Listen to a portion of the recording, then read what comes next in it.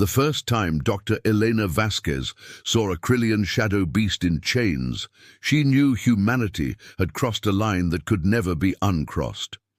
The creature hung suspended in the containment field aboard the research vessel Prometheus, its obsidian, scales dulled by captivity, 6 eyes that once burned like dying stars, now reduced to hollow embers. The beast that had terrorized 3 star systems for millennia looked broken. "Magnificent specimen," Colonel Marcus Hayes said, his voice carrying the satisfaction of a hunter who'd bagged impossible prey. "These things wiped out the Centauri colonies in under a week. Now look at it."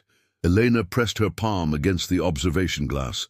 The shadow beast's head turned toward her, and for a moment she saw something that made her breath catch. Not the mindless rage she'd expected, but a deep, ancient intelligence, pain, recognition. "Sir, I need to run some behavioral assessments," she said, not taking her eyes off the creature. "Behavioral assessments?" Hayes laughed. "Doctor, that thing isn't a dolphin. It's a weapon. The hegemony wants to know how to break them down, strip their abilities, maybe even clone them. Your job is to find their weaknesses." But Elena wasn't listening anymore. The shadow beast had moved closer to the glass, its massive head tilting in what seemed almost like curiosity. When she moved, her hand, it followed the motion. When she stepped back, it lowered itself to what might have been a less threatening posture. That night, Elena accessed the classified files on humanity's apex predator acquisition program. The data made her sick. 12 species of galactic apex predators had been hunted to near extinction, their young taken, their territories burned. The void krakens of the spiral nebula, the crystal wolves of Titan's Edge, the plasma phoenixes of the solar storms, all reduced to test subjects and potential weapons. The next morning, she requested a transfer to the containment level. Hayes was suspicious, but ultimately indifferent. "If you want to babysit the monsters, be my guest. Just remember they're not pets." Eleanor's first real breakthrough came 3 weeks later. She'd been sitting outside the Shadow Beast's containment field, simply observing, when she noticed it had stopped eating. The creature was dying, and she realized it wasn't from any physical injury. It was dying of despair. "You're not just intelligent," she whispered. "You're grieving." That night she made a decision that would either save her career or end it. She deactivated the neural dampeners that kept the shadow beast sedated. The creature's eyes blazed to life, and Elena felt the full weight of its consciousness pressing against her mind. Not attacking, but communicating. Images flooded her. Her thoughts, a world of crystal forests and silver lakes, pack hunts through dimensions humans couldn't even perceive, young shadow beasts learning to phase between realities. And then the ships came, the burning, the screaming, the chains. When the vision ended, Elena was on her knees, tears streaming down her face. The shadow beast had shown her not just its world, but its species philosophy. They were gardeners of reality itself, pruning the chaotic growth of space-time to prevent cosmic collapse. They weren't predators in the way humans understood the term. They were stewards. "We destroyed the Guardians," she whispered, "and called them monsters." The shadow beast's massive head lowered until it was level with the glass, and Elena saw something impossible in its eyes. Forgiveness. Not for humanity as a whole, but for her willingness to see. Over the following months, Elena documented everything. She learned that each predator species served a crucial ecological role in the galaxy's stability. The void krakens filtered dark matter currents. The crystal wolves prevented reality fractures. The plasma phoenixes maintained stellar nurseries. Humanity had declared war on the galaxy's immune system and won. But the shadow beast had shown her something else in those shared visions. Hope. Deep in the creature's genetic memory was an ancient pact, a treaty signed between the first sapient species and the apex predators. The guardians would protect the cosmos, and in return, younger species would protect the guardians when they were vulnerable. Humanity had broken that pact through ignorance, but Elena realized it could be renewed. Through understanding, the Shadow Beast had chosen her not as a captor, but as a translator, someone who could help her species remember what they had forgotten in their rush to dominate the stars. As she prepared her report for the Colonial Council, Elena looked last time at the Shadow Beast. It had begun to eat again, and the light in its eyes burned brighter. It was waiting, she realized. They all were. Waiting to see if humanity could evolve from destroyers into protectors, from conquerors into guardians. The choice was in her hands now. The Colonial Council chamber erupted in chaos the moment Elena finished her presentation. Admiral Chen slammed his fist on the table, his face red with indignation. "You're telling us these monsters are gardeners? That we're the villains in this story?" "The data is irrefutable," Elena replied, her voice steady despite the hostile stares from around the room. "Every species we've classified as a galactic threat serves a critical function in maintaining cosmic stability.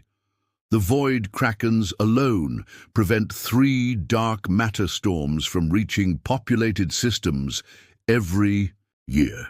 Councillor Reeves leaned forward, her expression skeptical. "Even if that's true, Doctor, these creatures have killed millions of our people. The hegemony wars were defensive actions," Elena interrupted. "Look at the timeline. Every attack came after we invaded their territories, destroyed their young, or disrupted their work. We shot first and asked questions never." The Shadow Beast's revelations had been just the beginning. Over the past 6 months, Elena had worked with a small team of xenobiologists to study the captured predators. Each species had attempted to communicate, to share their purpose, but the neural dampeners and containment protocols had made it impossible. "Until now. You want us to release them?" General Morrison's voice dripped with disbelief.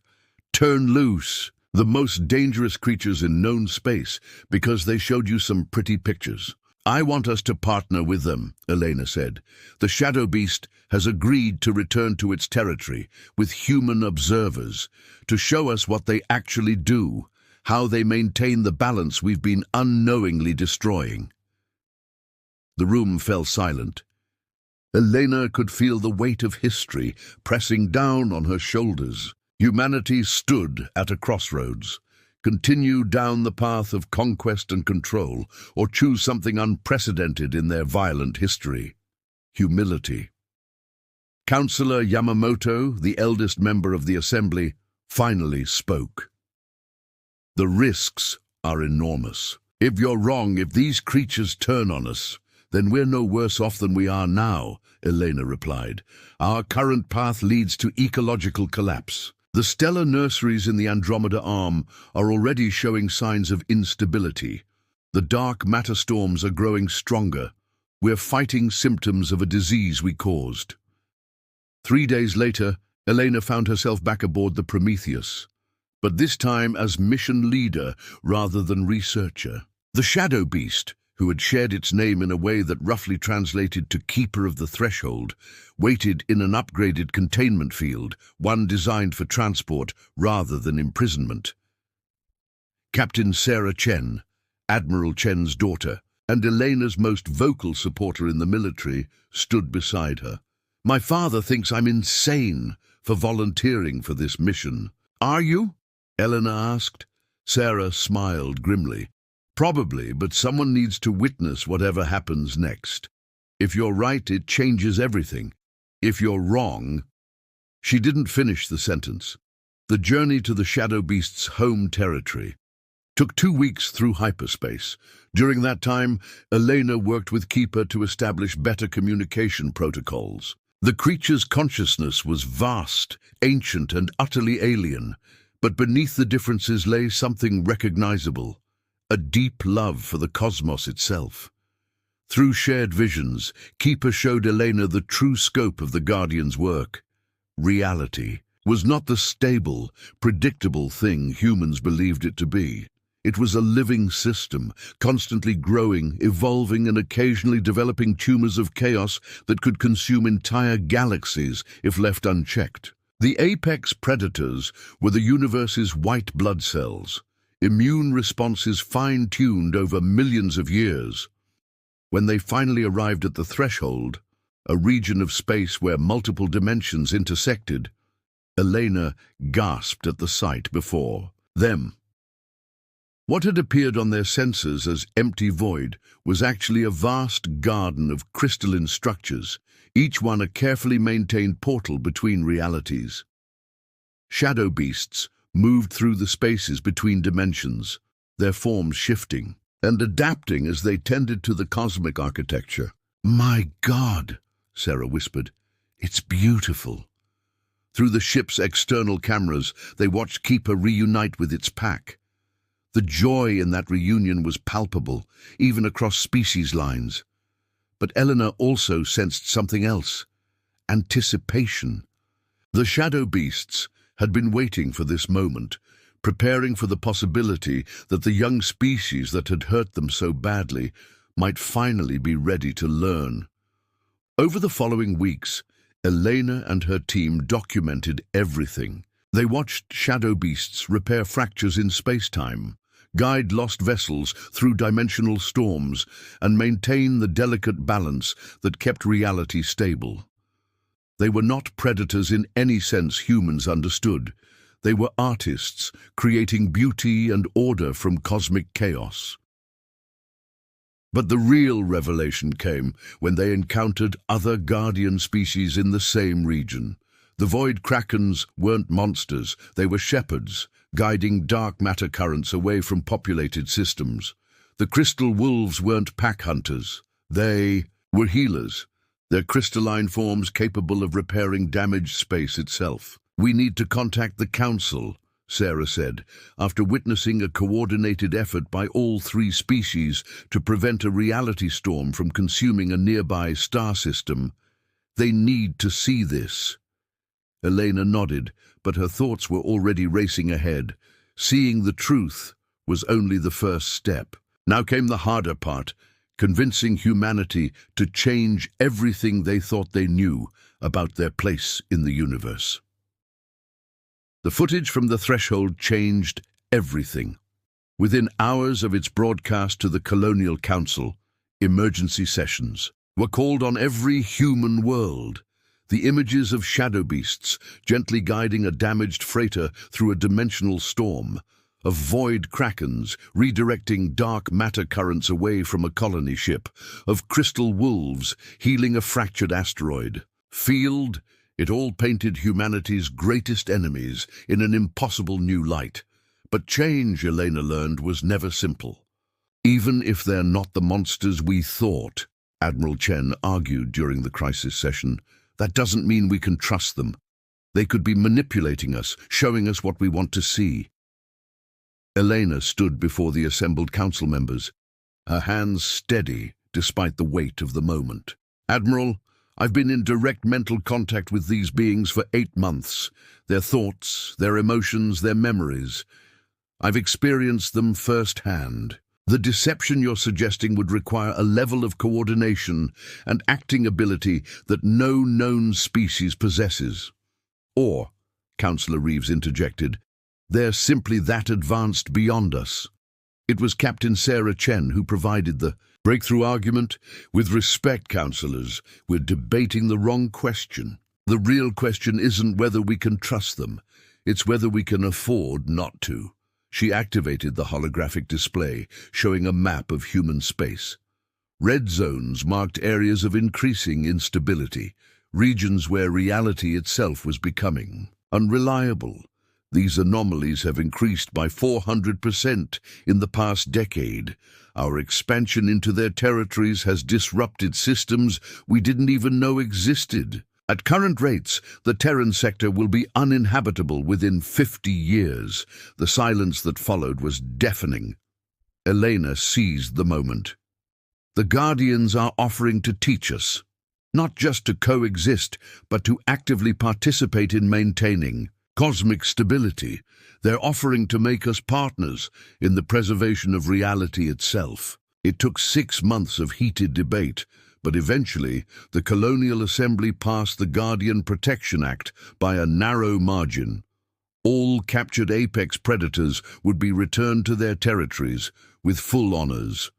Humanity would establish the Guardian Corps, a new branch of the military dedicated to protecting rather than hunting the cosmic ecosystems. Elena found herself promoted to Director of Interspecies Relations, a position that existed for exactly one person in all of human space. Her first official act was to establish the Guardian Academy on Kepler Station, a facility designed to train humans in the art of cosmic stewardship. The first class of Guardian Corps candidates was small, only 23 volunteers from across human space. They came from diverse backgrounds: xenobiologists, deep space pilots, meditation practitioners, and even a few former military personnel who had grown disillusioned with humanity's aggressive expansion. Marcus Rivera, a former colony ship captain who had lost his vessel to a reality storm, was among the first to arrive. "I spent 3 days in that storm," he told Elena during his interview. "My ship was falling apart, my crew was dying, and then this massive shape appeared in the chaos. A void kraken. I thought we were dead, but instead of attacking, it guided us to safety. I need to understand how. The training was unlike anything in human experience. The shadow beasts taught them to perceive dimensions beyond the standard 3, to feel the subtle vibrations of space-time itself. The void krakens showed them how to read dark matter currents, to sense the hidden streams of energy that flowed between stars. The crystal wolves demonstrated the art of reality healing, the delicate process of repairing tears in the fabric of existence. But perhaps the most difficult lesson was learning to think beyond human timescales. The Guardians planned not in years or decades, but in millennia. They spoke of threats that wouldn't manifest for 1,000 years, of benefits that would only be apparent to Elena's great-great-grandchildren. "Your species is young," Keeper explained. "During one of their shared consciousness sessions, you burn bright and fast, like solar flares. We are old, steady, like the background radiation of the universe. Together, we can create something new, the wisdom of age, guided by the passion of youth." The breakthrough came during Eleanor's 2nd year as director. A massive reality storm erupted in the Centauri system, threatening to consume 3 inhabited worlds. For the first time, humans and Guardians worked together as a coordinated team. Elena watched from the command center as Guardian Corps members rode alongside shadow beasts through dimensional folds, their human intuition helping the ancient beings navigate the rapidly changing chaos. Marcus Rivera, now a qualified Guardian pilot, worked with a pod of void krakens to redirect the storm's energy into uninhabited space. On the surface of Centauri Prime, Dr. Yuki Tanaka collaborated with crystal wolves to repair the reality fractures that had allowed the storm to take hold. The operation took 18 hours. When it was over, not only had the 3 worlds been saved, but the entire system was more stable than it had been in decades. The collaboration had created emergent properties that neither species could have achieved alone. "We did it," Sarah Chen whispered, watching the last of the storm energy dissipate into harmless radiation. "We actually did it." But Elena was already thinking ahead. The success at Centauri had proven the concept, but it was just the beginning. Across the galaxy, other species were watching, waiting to see if humanity's transformation was genuine or just another form of manipulation. The real test would come when they encountered the children of the Guardians, the next generation of apex predators who had never known a universe where humans were anything but destroyers. Would they accept humanity's outstretched hand, or would the sins of the past prove impossible to overcome? 25 years after the first Guardian Corps mission, Elena Vasquez stood on the observation deck of the sanctuary ship New Harmony, watching something that should have been impossible. In the biodome below, human children played alongside. Young shadow beasts, their laughter echoing off the crystalline walls, while the creature's parents watched with protective but benevolent eyes. "Director, you need to see this," called Dr. James Park, Elena's former student and now head of the Guardian Youth Program. His voice carried an excitement that reminded Elena of her own first discoveries decades ago. She made her way to the behavioral observation lab, where a remarkable scene was unfolding. 8-year-old Maya Chen, Captain Sarah Chen's daughter, sat cross-legged on the floor, completely absorbed in conversation with a juvenile crystal wolf barely larger than a house cat. The wolf's crystalline fur shifted through spectrums of light as it communicated, while Maya responded with hand gestures that seemed to perfectly match the creature's emotional frequencies. "She's not just communicating with it," Dr. Park explained. "Quietly. She's healing it. The young wolf suffered a dimensional fracture during its last molting. Maya somehow sensed the injury and has been working to repair it for the past 3 hours." Elena felt a familiar sense of awe. The children of both species were developing abilities that surpassed their parents' wildest dreams. Human children, raised in the sanctuaries, could perceive reality in ways that would have been impossible for Elena's generation, while young guardians showed unprecedented empathy for alien consciousness. "The neural pathways are completely different," Dr. Park continued, showing Elena the brain scans. "Children who grow up with Guardian contact develop enlarged temporal lobes and enhanced quantum perception centers. They're literally evolving before our eyes. But evolution, Elena had learned, was never without complications." The door chimed, and Marcus Rivera entered, his face grim. Now commander of the Guardian Corps, he carried the weight of protecting a fragile alliance between species. "We have a problem," he said without preamble. "The hegemony is moving against us." Elena's heart sank. The hegemony, a coalition of older spacefaring species, had watched humanity's transformation with growing alarm. To them, humans were still the young, violent race that had nearly destroyed the galaxy's ecological balance. The idea that the Guardians now trusted them was incomprehensible. "Intel suggests they're planning to disrupt the Deneb Sanctuary," Marcus continued. "They believe the Guardian young are being corrupted by human contact, that we're somehow weaponizing them." "The irony is staggering," Elena muttered. "They accuse us of weaponizing the Guardians after spending centuries trying to do exactly that themselves." The sight of human children playing with Guardian young in the gardens of the hegemony capital would become one of the most famous images in galactic history. Elena watched from the diplomatic platform as 8-year-old Maya Chen taught a group of young hegemony officials how to communicate with crystal wolf pups, while their parents, some of the most feared military commanders in known space, looked on in stunned silence. "This is not what we expected," admitted High Chancellor Vexhar, his 4 eyes blinking in rapid succession, a sign of confusion in his species. The hegemony had prepared for war, diplomacy, or even surrender. They had not prepared for a playground. Elena smiled, remembering her own first encounter with Keeper all those years ago. "Fear rarely shows us the truth, Chancellor. It takes courage to see beyond what we think we know." The transformation hadn't been immediate. For 3 days, the Hegemony Council had debated whether humanity's demonstration was genuine or an elaborate deception. It was only when young Maya suffered a severe injury during a game, a fall that left her with a concussion and broken ribs, that the truth became undeniable. The response from the Guardian young was immediate and instinctive. Every juvenile in the area, regardless of species, rushed to Maya's aid. Crystal wolf pups surrounded her with healing light. Young shadow beasts phased through dimensions to fetch medical supplies, and even the normally solitary void kraken calf extended its consciousness to stabilize her neural patterns.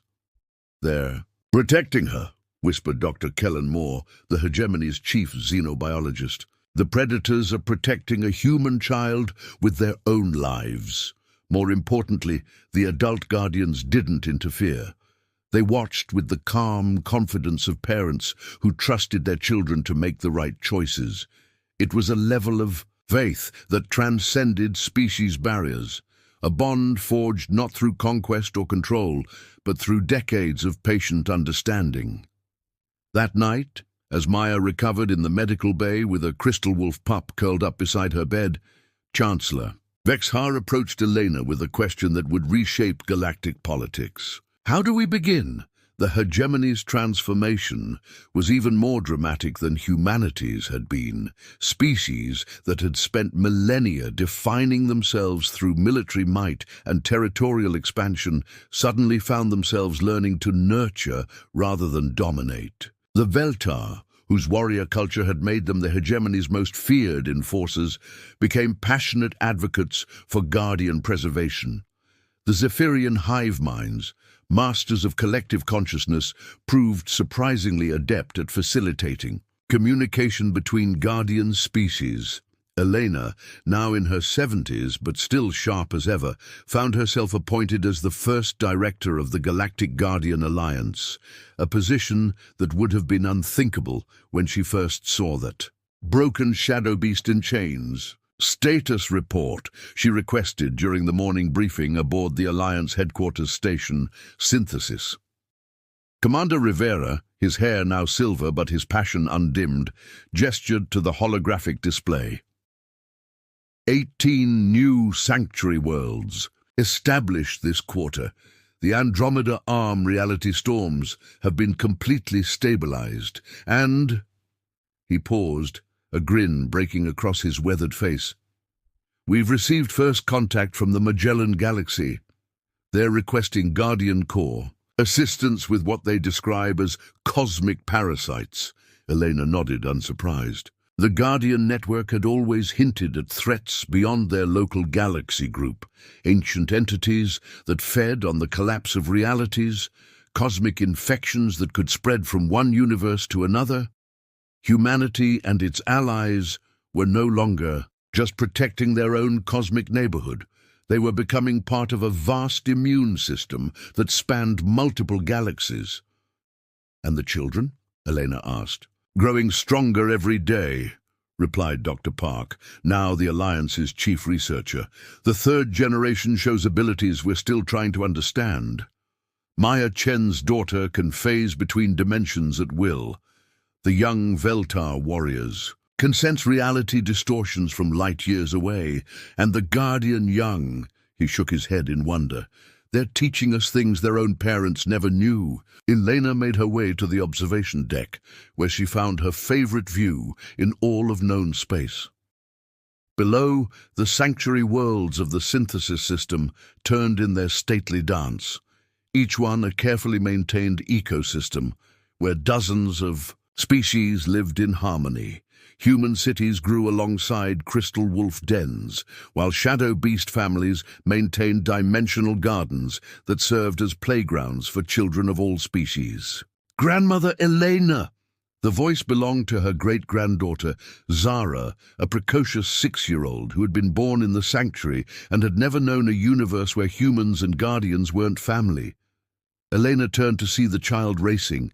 Across the deck, her constant companion, a young void kraken no larger than a dolphin flowing through the air beside her. Behind them came a mixed group of children from half a dozen species, all chattering excitedly in the universal language of play that seemed to transcend all barriers. "We're going to the Crystal Gardens," Zara announced. "Whisper says there's a new dimension opening up, and we want to help plant the stabilizer seeds." Elena watched them go, marveling at how casually they spoke of tasks that would have terrified her generation. These children weren't just the future of the Alliance, they were proof that evolution wasn't just about survival of the fittest. Sometimes it was about the wisest, the most compassionate, the most willing to change. A soft chime indicated an incoming message. Elena accepted the transmission, and Keeper's familiar presence filled her consciousness. The ancient shadow beast, now patriarch of the largest guardian family in known space, had become something like Elena's closest friend across the long years of their partnership. The seeds you planted in fear have grown into gardens of hope. Keeper's thoughts carried warmth that transcended species. Your species has become what we always hoped they could be. Guardians, not just of predators, but of possibility itself. Elena smiled, watching the mixed group of children disappear into the crystal gardens. "We learned from the best teachers," she replied, as the twin suns of the synthesis system set behind the sanctuary worlds, casting long shadows across the observation deck. Elena reflected on the journey that had brought them here. From that first moment of recognition in a broken shadow beast's eyes, to watching children of former enemies play together among the stars, it had been a transformation that defied every prediction about the nature of intelligent life. Humanity had become guardians not through conquest, but through the simple radical act of choosing to see predators as partners, monsters as teachers, and enemies as family waiting to be discovered. In protecting the galaxy's wildest creatures, they had found their own wildest dreams made real. The stars wheeled overhead, and in their light, Elena could see the future, not just of her species, but of consciousness itself, spreading like seeds on cosmic winds to gardens not yet imagined, tended by guardians not yet born, in realities not yet dreamed.